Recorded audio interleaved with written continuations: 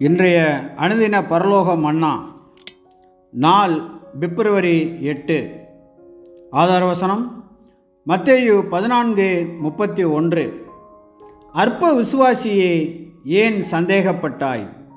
இதன் ஆவிக்குரிய விளக்கம்: விசுவாசத்தை பலப்படுத்தவும் அவிசுவாசத்தை மேற்கொள்ளவும் என்ன செய்யப்பட வேண்டும்? இதற்குரிய பதில் யாதெனில், முற்கால அப்போஸ்தலரைப் போல பிதாவே எங்கள் விசுவாசத்தை பலப்படுத்த வேண்டும் என்று ஜெபித்தலே ஆகும்.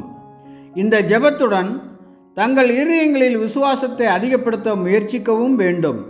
இவர்கள் தேவனின் வாக்குத்தத்தங்களின் பேரில் அடிக்கடி சிந்தனை உள்ளவர்களாக இருந்து அவருடைய வார்த்தைகளின் பேரில் அதிக பற்றுதல் உள்ளவர்களாகவும் இருக்க வேண்டும். தான் தேவனோடு செய்த உடன்படிக்கையை உணர்ந்து அதை அடிக்கடி தன் நினைவிற்கு கொண்டு வர வேண்டும். தேவ வாக்குத்தத்தங்கள் தன்னுடையதென்று தன் இருதயத்திலும் தன் உதடுகளினாலும் தேவனுக்கு முன் அறிக்கையிட்டு ஜெபத்திலே அவருக்கு நன்றி செலுத்தவும் வேண்டும்.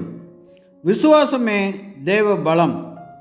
ஒருவர் இதை அடைய சகோதரரிடையே இதை குறித்து பேசி தன் விசுவாசத்தை பலப்படுத்த வேண்டும். இது பொன்னிலும் விலையேற பெற்றது. ஆமென்.